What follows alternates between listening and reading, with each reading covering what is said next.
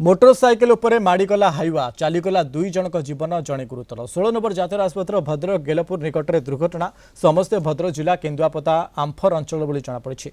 एक मोटरसाइकेल जोगे 3 जन सांग भद्रक घर को फेरिबा बेले गेलपुर गोपबंधुपुर छक निकट में धक्का देता हाइवा। तेबे 3 जन सांग गाड़ी चलाउथबा बेले दुर्घटना होई नथिला। एक साइकेल दुकान पाखरे गाड़ी को रखी छिड़ा होता बेले एक हाइवा ट्रक आसी माड़ी जाइथिला, जहाँफल घटनास्थल में 2 जनक मृत्यु होता बेले जड़े गुरुतर आहत होती। मृतक हेले दीपक दास और अजय सबर। दुर्घटना पर घटना उत्तेजना प्रकाश पाई। जातीय आसपत्र गोटे पार्श्व में गाड़ी चलाचल प्राय 2 घंटा धरी बंद रही। खबर पर भद्रक उपजिलापाल और तहसिलदार पहुंची उक्त लोकों को बुझासुझा करते। मृतकों परिवार को 50 लाख टंका सहायता दाबी कर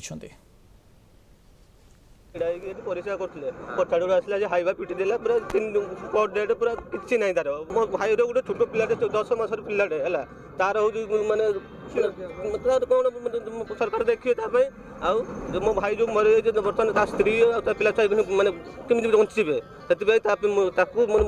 सरकार को कहूँ मरण पोषण करने 50 लाख टका दाबी। NH16 उपरे जो मर्मन्तुद दुर्घटना घटी 3 जनक प्राणहानि होती आम संवेदना ज्ञापन करुँ।